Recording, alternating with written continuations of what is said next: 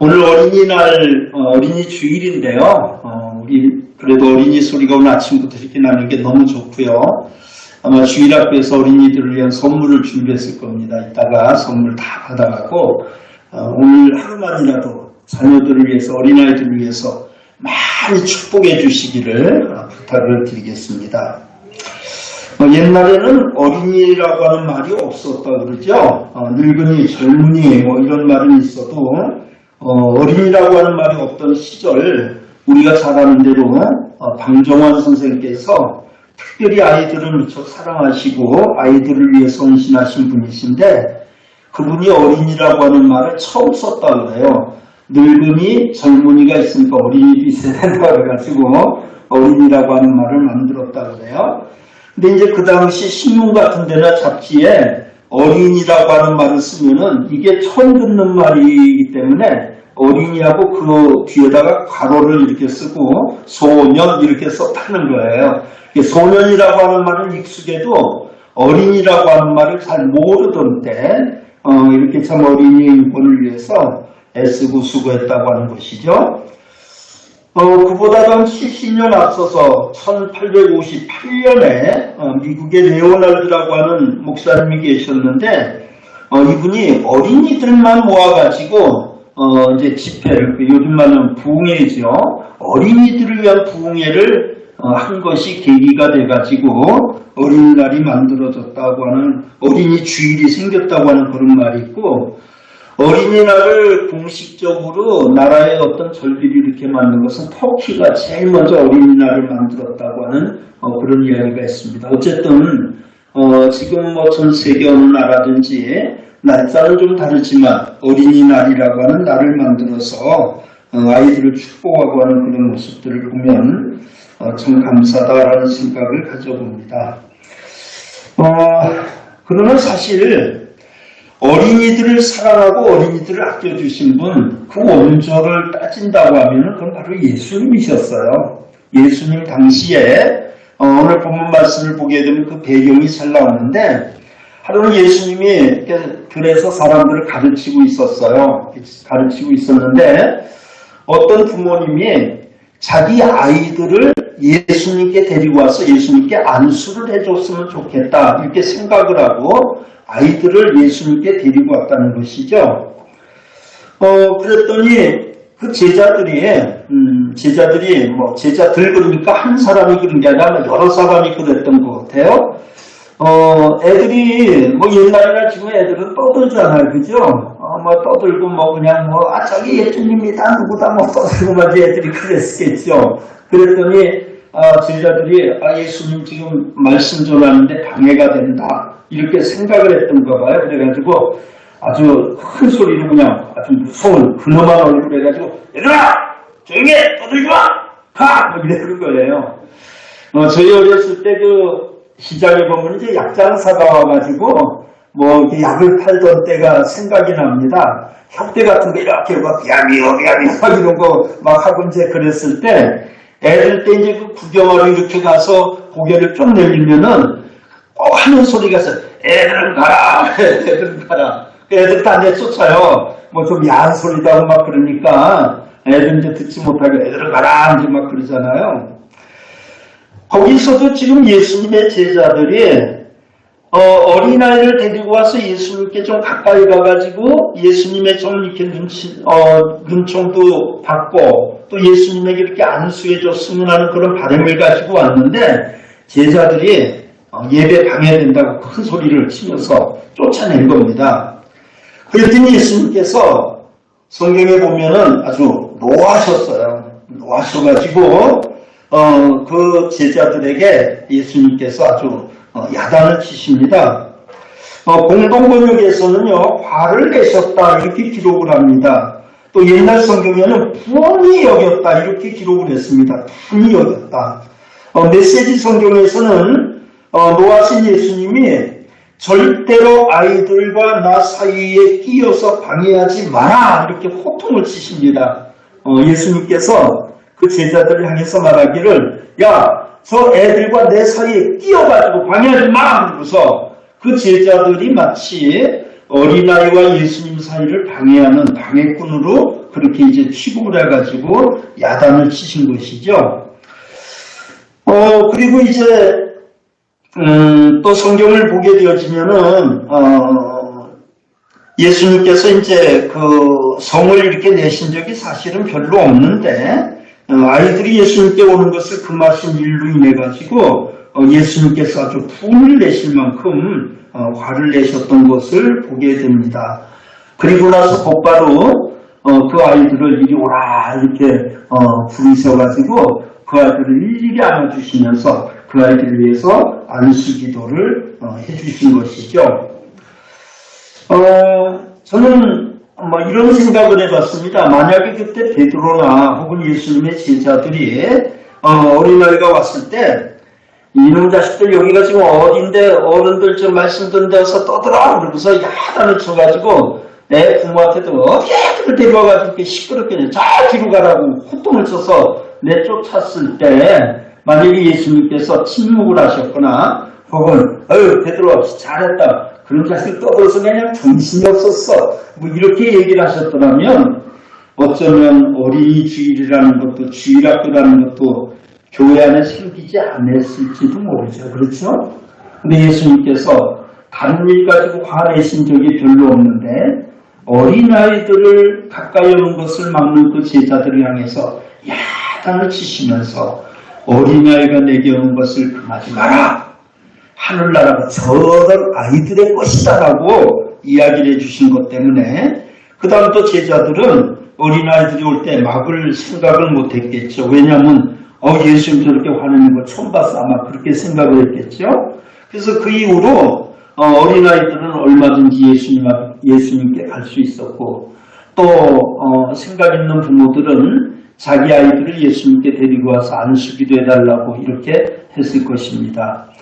여러분 우리 주님께서는 어린아이들을 사랑하는 데 있어서 원조 역할을 하신 분이셨습니다.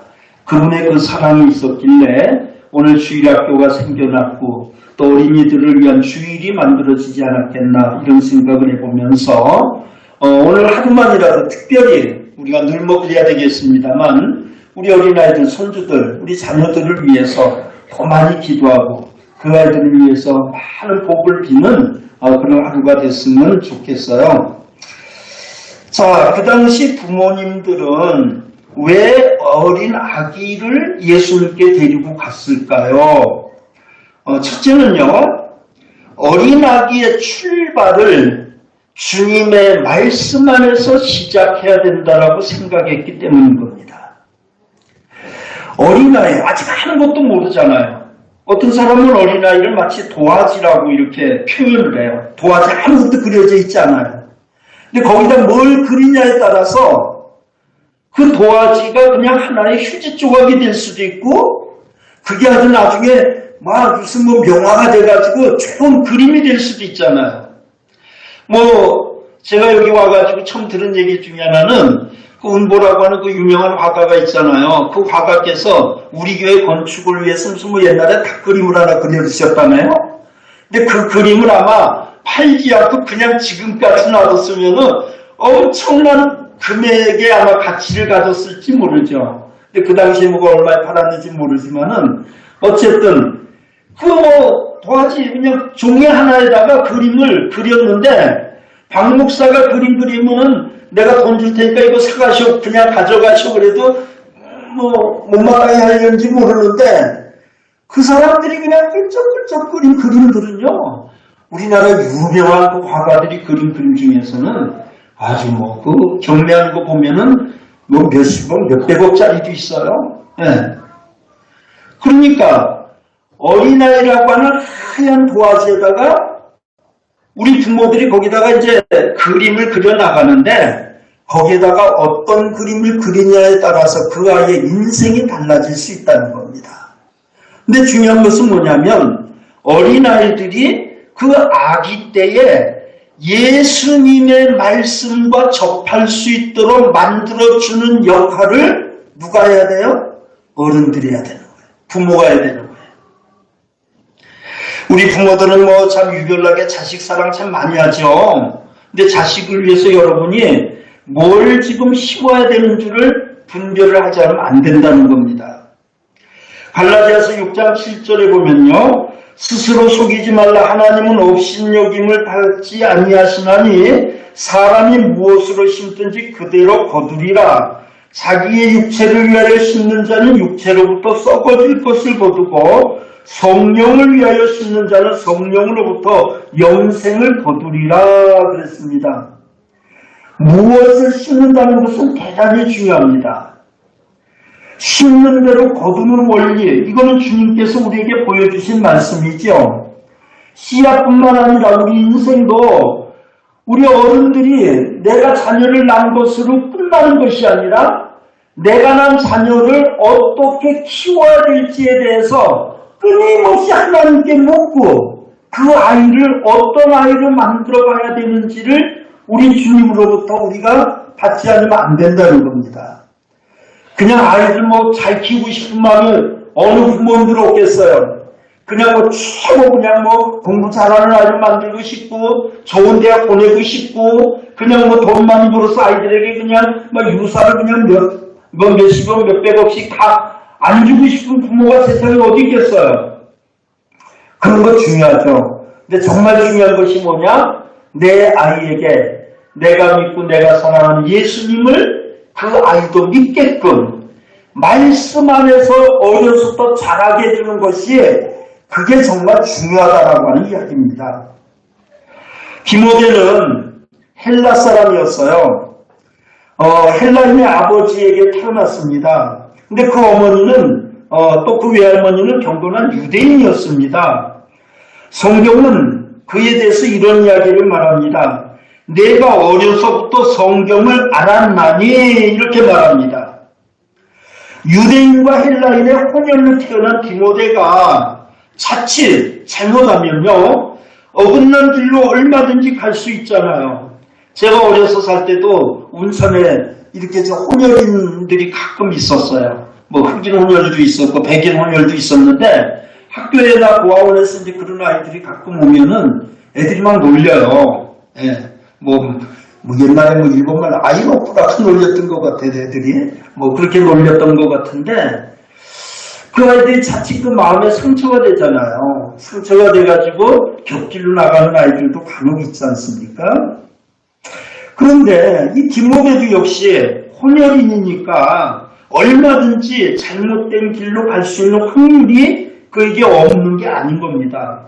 근데 성경은 어려서부터 그 외할머니 로이스와 어머니 유니게를 통해서 그 어린 디모데에게 하나님의 말씀을 접하도록 이끌어줬다는 겁니다. 그래서 여러분 유대인들 특징 가운데 하나는 뭐냐면 어려서부터 말씀을 가르치는 성경을 아이들에게 가르치는 겁니다. 그런 얘기에서 성경에다 뿔을 발라가지고 아이들이 어려서부터 성경을 함께 만들었다. 그런 말도 있어요. 그만큼 성경을 가까이 하도록 한다는 겁니다. 그래서 디모데후서 1장 5절에 보면 이는 내 속에 거짓이 없는 믿음이 있음을 생각합니다. 이 믿음은 먼저 내 외조모 로이스와 내 어머니 유니게 속에 있더니 내 속에도 있는 줄 아노라. 그러니까 디모데라고 하는 위대한 신앙인, 위대한 목회자가 탄생하는 그 배경 속에는 외할머니의 신앙과 어머니의 그 뜨거운 신앙이 어려서부터 하나님의 말씀을 묵상하게 하고 가르친 데서 그가 그의 인격을 만들어냈고 훗날 바울 사도를 만나서 그는 위대한 그런 참 목회자로서의 길을 걷게 됐다라고 하는 것을 말씀해 주는 겁니다. 얼마든지 헬라의 철학이라든가 헬라의 어떤 사상에 빠질 수도 있는 아이였지만 어려서부터 하나님의 말씀 속에서 자라도록 이끌어준 부모가 있었길래 그는 비록 혼혈인이었지만은 하나님의 말씀을 가진 위대한 사역자가 된 것을 우리가 보게 되는 것이죠. 어린 사무엘은 어려서부터 부모를 떠나서 제사장 밑에서 하나님의 음성을 들으면서 에봇을 입고 여호와를 섬겼습니다. 그러기에 그 악한 시대에 엘리 제사장의 참 아들들의 그 못된 행실을 눈으로 보면서도 그는 그 아이들과는 다른 참 거룩한 하나님의 자녀로서의 길을 걸어갈 수 있었던 것입니다. 성경은 사무엘이 어렸을 때부터 하나님의 음성을 들었다라고 말하고 있죠. 아이가 어렸다 하나님의 말씀을 들은 겁니다.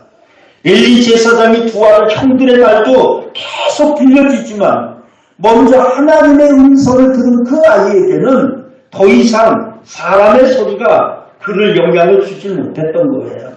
하나님의 말씀으로 자란 그 어린 사무엘은 훗날 이스라엘의 위대한 사사가 됐던 것을 우리가 너무나 잘 알죠.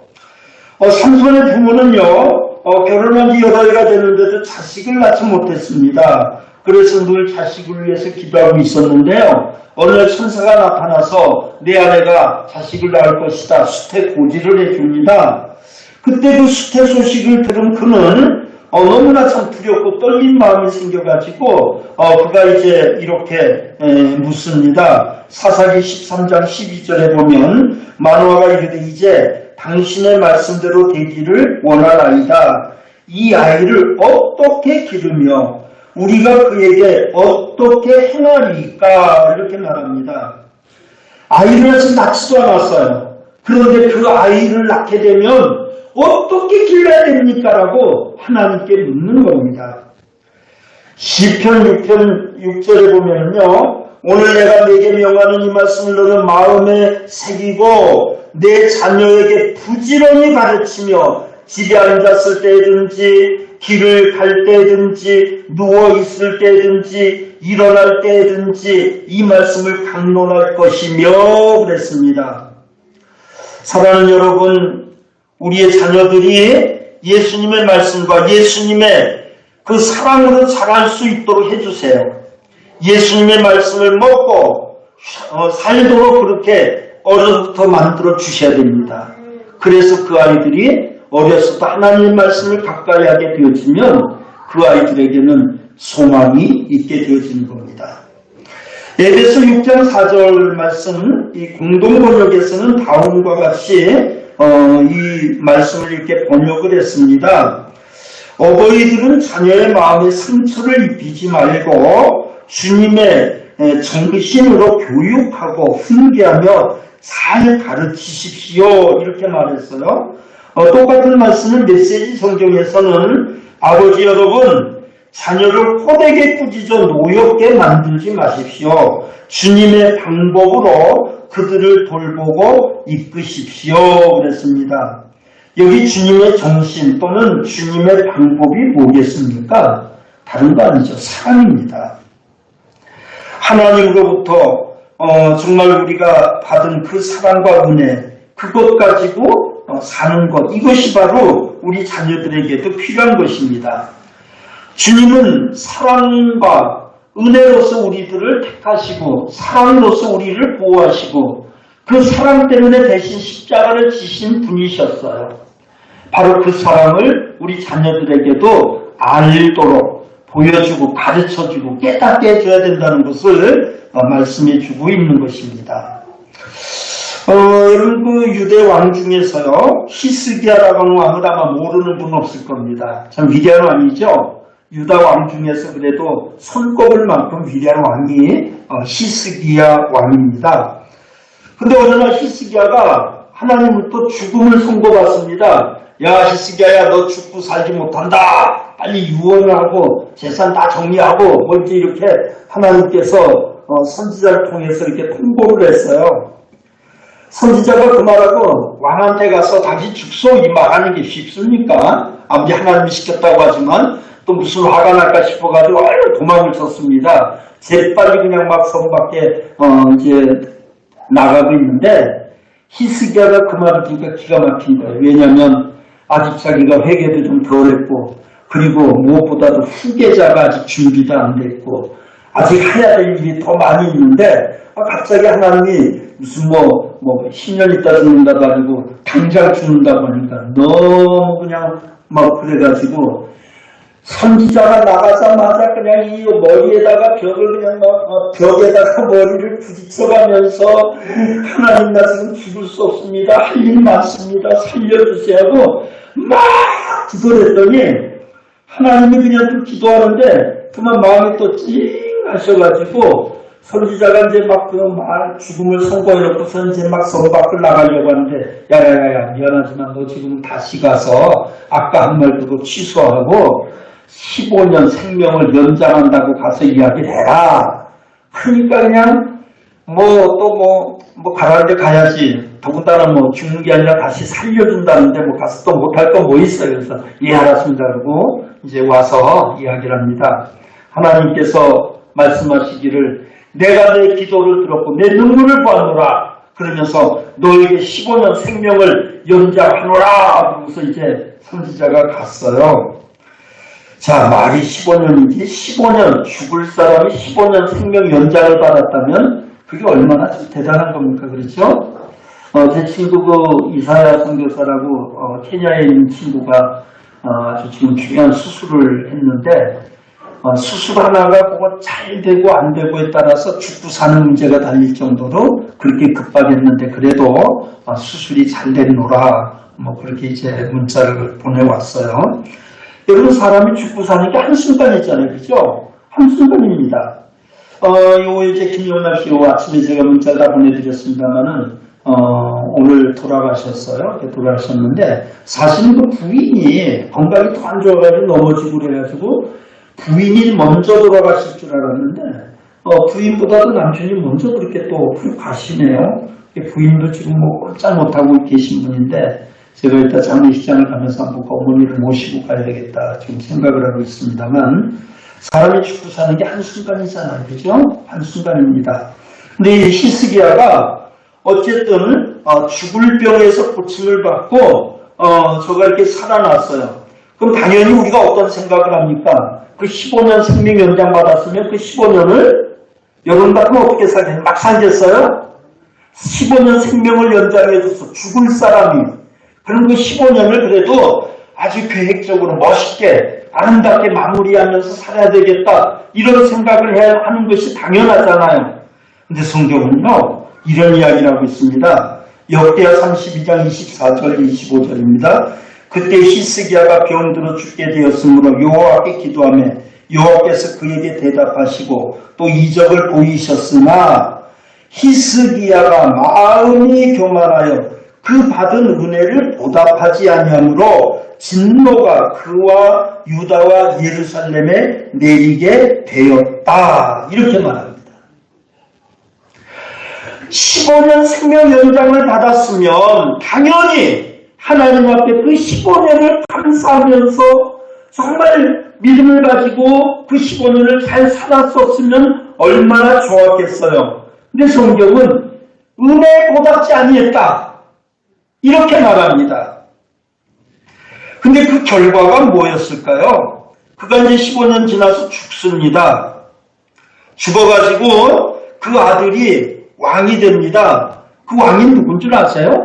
므낫세라고 하는 왕입니다. 유다 왕 중에서 그 아버지 히스기야는 아주 선한 왕, 위대한 왕 중에 속하지만 그 아들 므낫세는 아주 악한 왕입니다.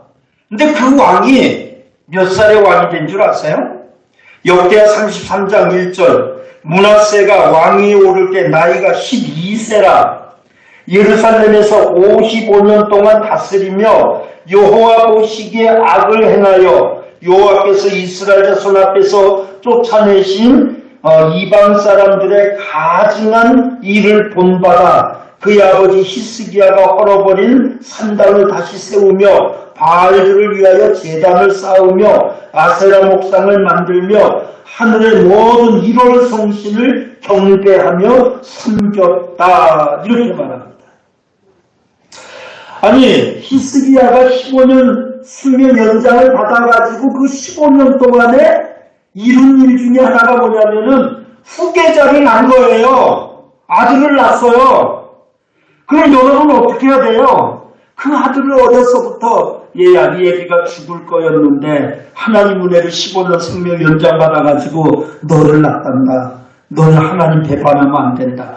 어려서부터 그 아이에게 하나님의 말씀을 가지고 양육하고 가르쳤어야 되잖아요.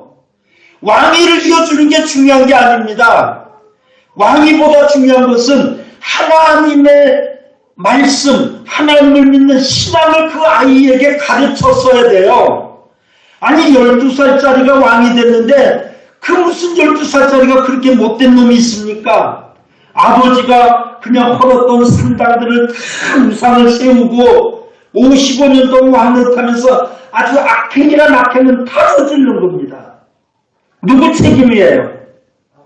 므낫세 왕 책임입니까? 히스기야가 15년이라고 하는, 적어도 그 아이를 낳고 나서 12년 동안 가르치는 기간이 있었잖아요. 아기 때부터 사무엘처럼 디모데처럼 하나님의 말씀을 가지고 양육했더라면 어떻게 그런 페리나가 나오겠느냐고요. 은혜 받은 자가 자기가 받은 은혜를 가지고 자녀에게 연결을 해주지 못하니까 그런 망나니 같은 자식이 왕이 돼가지고 55년 동안 완전히 유대 나라, 이스라엘 나라를 아주 패망의 길로 걸어가게 했던 것을 우리가 볼 수가 있습니다. 여러분, 어린이는 보배와 같습니다. 하얀 도화지입니다. 그 아이들은 우리의 꿈이고 미래입니다. 무엇을 그리냐에 따라서 달라져요. 똑같은 종이지만 거기에 그리는 설계도가 어떤 설계도인지 그거에 따라서 그냥 창고, 간단한 창고 하나 만드는 설계도도 될 수 있고 아니면 큰 위대한 건물을 만드는 설계도가 될 수도 있지 않습니까? 여러분의 자녀를 놓고 여러분이 위대한 설계를 위해서 기도해 주세요. 아직 세상에 태어나지 않은 아이들을 위해서라도 기도해 주세요. 하나님께서 내게 이 아이를 주시면 한나가 기도했잖아요. 내가 이 아이를 이렇게 키우겠습니다. 그렇게 기도한 것처럼 우리가 하나님 앞에서 우리 자녀들로 하여금 예수 그리스도의 말씀을 접할 수 있도록 해준다는 것이 중요하다는 것을 잊어서는 안 됩니다. 그 다음에 두 번째, 이 부모들이 아이를 예수님께 데려온 것은 예수님의 만져주심을 받았다라고 성경은 말합니다. 저는 예수님께 자신의 아이들을 데리고 왔던 그 부모들을 참 대단하고 존경할 만한 부모라고 생각을 해요. 왜냐하면 그 당시 그렇게 아이들에 대해서 깊은 생각을 하고 아이들의 미래를 생각하는 부모가 많지 않던 때에 그렇게 이제 자기 아이를 예수님께 데려와서 안수해 주세요라고 했다는 것은 참 대단해요.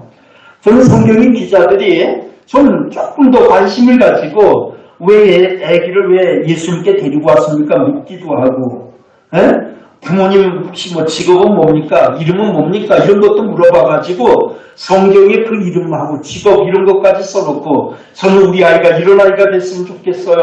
이런 인터뷰를 했더라면 우리는 성경을 읽으면서 더 흐뭇하고 더 멋진 그런 기사를 읽을 수 있었을 것 같은데 성경에는 부모가 누군지 그러니까 대단한 부모는 아니었다는 얘기죠.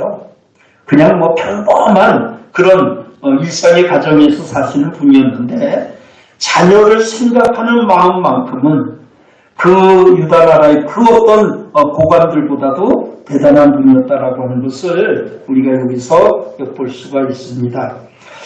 어쨌든 그들은 자신의 아이를 예수님이 먼저 만져주셨으면 하는 그런 바람을 가지고 왔던 것입니다. 여기 만져주심을 바라고 데리고 왔다고 그랬는데 영어 성경을 보면은 터치예요. 터치. 만진다는 얘기죠. 이 말을 터치라고 하는 말을 영어를 이렇게 이제 사전을 찾아보게 되어지면요. 첫째 대다, 만지다, 닿다, 또 영향하다, 관계하다, 언급하다, 감동시키다, 필적하다 이런 여러 가지 뜻이 있는 단어가 이 터치라고 하는 단어였습니다.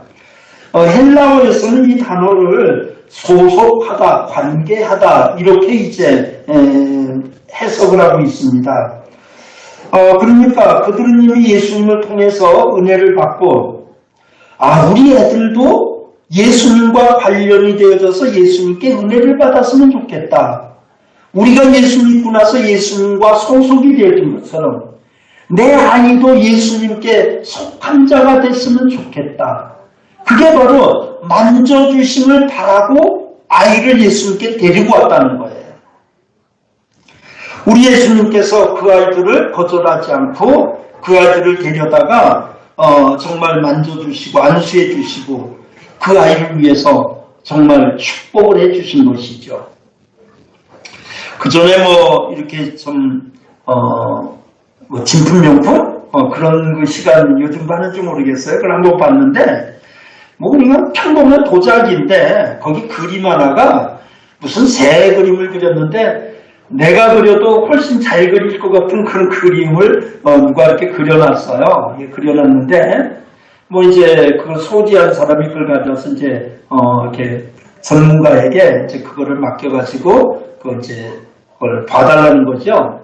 이 사람이 그냥 돋보기를 가지고 찾아보고 하더니 이게 무슨 신라시대 누가 그린 그림이래요. 유명한 사람이 그렸다면서 그 도자기 별 볼일 없는 것 같은데 거기 그려진 그림이 도자기도 물론 도자기지만은 그 그림이 아주 유명한 그런 화가가 그린 그림이 돼가지고 그 별것 아닌 도자기 같은데 그게 몇백만 원 그 정도 한다는 겁니다. 여러분 집에 혹시 옛날부터 있는 도자기 있으면은 잘 가서 보세요. 혹시 몇 억짜리가 있을지 모르니까 생각을 해보세요. 아니 도자기로 혹시 더 잘 만든 도자기, 저도 도자기 여주에 가서 도자기 만드는데 저도 가서 글씨도 써보고 포도 그림도 그려본 적이 있어요. 근데 제 거 아직 경매에 오른 적이 없습니다. 네, 그냥 쌀 담은 거 하다가 깨져가지고 버렸죠. 그런데 별것 아닌 것 같은 도자기에다가 어떤 사람이 그냥 새라고 그림을 찍찍찍 그려놨는데 이게 몇백만 원 한다? 그 이유가 뭐예요? 유명한 화가가 손을 댔다는 겁니다. 그 사람의 손길이 거기 닿았다는 거예요.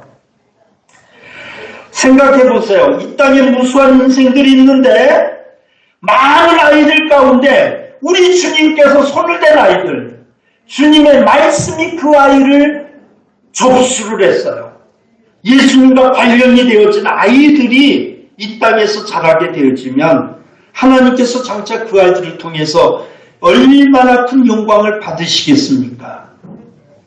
여러분의 자녀들이 다른 건 몰라도 세상에 지식을 얻기 전에 세상에 어떤 출세길이 올라가기 전에 먼저 하나님의 말씀과 관련이 되어지고 주님에게 속한 자녀들이 되도록 그 아이들을 위해서 여러분께서 기도해 주시기를 부탁을 드립니다.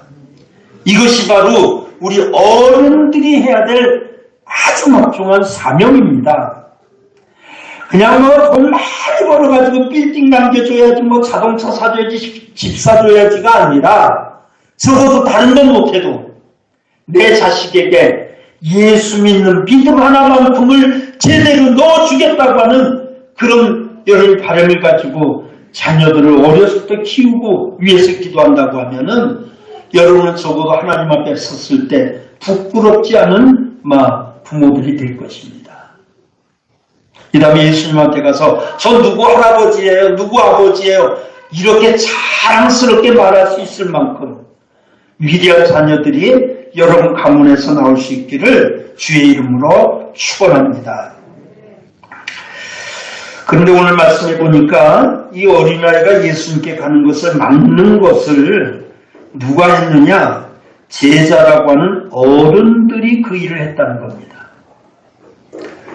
제자들이 자기 딴에는 예수님을 위해서 예수님을 도와준다고 한 일이었어요. 그래서 애들은 가라 그러고 애들을 내쫓았습니다. 근데 그것이 우리 주님을 굉장히 격분케 한 겁니다. 자, 본문 말씀 다시 봐요. 사람들이 예수의 만져주심을 바라고 자기 어린 아기를 데리고 오매 제자들이 보고 꾸짖거늘 그랬습니다. 아이들이 예수님께 가는 것을 어른인 제자들이 막았다는 거예요. 교회 안 다니는 바깥 사람들이 막은 게 아니라 제자들이 막았다는 겁니다. 지금은 참 고인이 되신 분이시지만 운천교회 이제 제가 주일학교 애들 가르치고 막 그럴 때 한 장로님하고 제가 막 싸웠어요. 근데 싸운 이유가 다른 게 아니라 나는 평일날 뭐 수요일 이럴 때 애들이 막 옛날에 애들이 뭐 어디 갈 데가 어디 있어요. 그러니까 교회밖에 놀 데가 없으니까 교회 일찍 와가지고 막 마당에서 뛰어놀면은 걔네들하고 놀아주는 게 나는 너무 좋은데 이 장로님은 그냥 얼마나 꼿꼿한 장로님이신지 애들을 자꾸 쫓아내는 거예요. 쫓아내는 이유 중에 하나가 뭐 꽃밭을 망가뜨린다는. 그럼 저는 막 싸워요. 근데 제가 지금 가만히 지금 생각해보면 그때 교회 와서 그냥 뭐 꽃밭도 망가뜨리고 나무도 부러뜨리고 피아노도 그냥 뭐 망가뜨리고 그냥 뚱뚱거리던 아이들이 커서 그래도 교회 단주자가 되고 목사가 되고 사모가 되고 그랬죠. 교회 매일마다 와서 놀던 그 아이들이 결국은 운천교회는 목사가 그 교회 출신 참 많습니다. 목사가 수십 명 될 거예요. 참 많이요. 근데 뭐 지금 그렇다고 교회가 특별히 예산 세워서 신학생을 키운 것도 아닌데 이상하게 운천교회는 그 교회 출신 목사가 참 많아요. 자생한 사람들입니다. 자생. 여러분 아주 교회를 잘 져놓고 말이죠. 뭐 장로님들이나 뭐 재직들이 아이들 성경학교를 못하게 하는 그런 교회 이야기가 한번 들려진 적이 있습니다. 다른 거 안 해요. 애들이 와가지고 뭐 이렇게 의자 망가뜨리고 뭐 피아노 망가뜨리고 그런 것 때문에 안 됐다. 뭐 그래가지고 교사들하고 막 이렇게 재직들하고 이제 뭐 다툰 그런 기사가 한번 난 적을 봤습니다. 여러분, 우리 자녀들이 교회 와가지고요. 교회가 내 집처럼 친근해져야 되고 내 집처럼 그냥 포근해야 되고 그래서 이 아이들이 스스로 교회에서 놀고 자라다가 예수님의 품에 안기는 자녀들이 되도록 해줘야 됩니다. 비품이 뭐가 그렇게 중요해요. 그거 지금 망가지면 고치면 되고 또 새로 사면 되는 거지만 아이들 영혼 하나 망가진 거는 고칠 방법이 없어요. 그래서 그 옛날 어린아기들이 예수님께 가는 것을 제자들이 막았다는 거예요. 자기들은 딴에는 주님을 위해서 교회를 위해서 하나님을 위해서 산다고 하는 건데 결과적으로는 아이들에게 상처를 주는 일을 하지 않았습니까? 오늘 교회는 그것을 돌아봐야 됩니다. 오늘 어른들은 우리 부모들은 그거를 살피지 않으면 안 됩니다. 내 행동 하나가 내 말 한마디가 내 자녀가 주님 앞에 가는 것을 내가 가로막고 있지는 않는지 방해하는 것은 아닌지 오늘 교회가 그것을 돌보자면 안 돼요. 그래서 정말 아이들을 위해서 여러분 헌신 많이 해주시고 투자 많이 해주시길 바랍니다. 그 에이리언이라고 하는 뭐 그런 그 영화가 뭐 여러 편 나온 거 있죠. 공상 과학 영화인데요. 그 영화 내용이 이제 그런 거라고 그러네요. 거기 보면은 이제 우주 괴물이 우리 인간의 몸을 숙주를 해가지고 여기서 이렇게 자라고 있다가 어느 날 이 괴물이 이제 커져가지고 나와가지고 인간들을 막 해치는 이제 그런 그 내용 아닙니까? 뭐 배트맨도 그거 비슷한 이제 그런 내용이고요. 우리가 우리 아이들을 지금 품고 있는데 예수의 사랑을 가지고 예수님을 만나게 하고 예수님의 은혜 가운데 그 아이들을 자라게 하지 않으면요. 나중에 그 아이들이 괴물이 될 수가 있어요. 지금 얼마든지 이 사회에서는 이미 괴물이 된 아이들, 청소년들을 우리가 보지 않습니까? 매일마다 나타나는 그냥 그 뉴스나 이런 걸 보면 솔직해요. 뭐 얼마 전에는 그냥 뭐 젊은 여자애가 학생인지 그냥 어른 50대 어른 그냥 머리를 그냥 핸드폰으로 막 때리는 그런 영상이 나오고도 오만육을 다 하면서도 그렇게 당당해요? 그 누가 만든 괴물입니까? 오늘 우리 어른들이 지금 괴물을 만들어가고 있어요. 이 사회가 지금 괴물을 만들어갑니다. 자기를 따내는 뭐 미래를 위해서 인권을 위해서 별별 학생들 인권 뭐 별거 다 이야기를 하지만 아이들을 지금 괴물로 만들어갑니다. 지금 교육이요. 예? 동성애를 아주 좋은 것으로 가르치고 뭐 요즘에는 무슨 뭐 군대 내에서도 무슨 뭐 동성애 하는 거 처벌 안 한다. 이게 지금 나라가 어떻게 돌아가는지 몰라요. 어떤 선생은 애가 이제 선생님한테 가서 선생님 나 교회 가기 싫은데 엄마가 자꾸 가래요. 그럼 너 고발해라. 자기 엄마를 고발을 해서 아이하고 엄마를 띄어놔요. 아이가 교회 가기 싫은데 엄마가 강제로 가라고 했다고. 그런 게 지금 한두 가지가 아닙니다. 결국 아이들을 지금 괴물을 만들어가요. 시민단체들이, 정권이 말이죠. 정말 자녀들을 위해서 기도해야 됩니다. 애들이 학교에 가서 교육을 받기 전에 먼저 집에서 우리 부모들이 아이에게 하나님의 말씀을 가르쳐야 됩니다. 결혼은 한 남자와 한 여자가 하는 것이다라고 가르쳐야 돼요. 남자끼리 여자끼리 할 수 있다. 이런 거 학교에서 가르치기 전에 결혼은 하나님께서 만드신 제도인 것을 가르쳐주고 무엇이 죄인지를 아이들에게 가르쳐 주지 않으면은 우리는 훗날 그 괴물들에 의해서 우리가 당해요. 괴물을 키우지 말고 자녀를 키웁시다. 오늘 어린이날 어린이들을 생각하는 마음을 가지고 내 자녀를 위해서 아기 때부터 가르치고 기도해 줘야 돼요. 그래서 그 아이가 어려서부터 하나님의 말씀을 깨닫게 하고 주님의 은혜를 아이 때부터 알게 하고 주님을 붙잡게 하고 말씀과 가까워지는 아이들을 만들어줘야 이 나라가 소망이 있습니다. 오늘 어린이 주일을 지내면서 특히 우리 자녀들을 위해서 그런 마음을 가지고 살아가는 우리 모두가 되어지기를 주의 이름으로 축원합니다.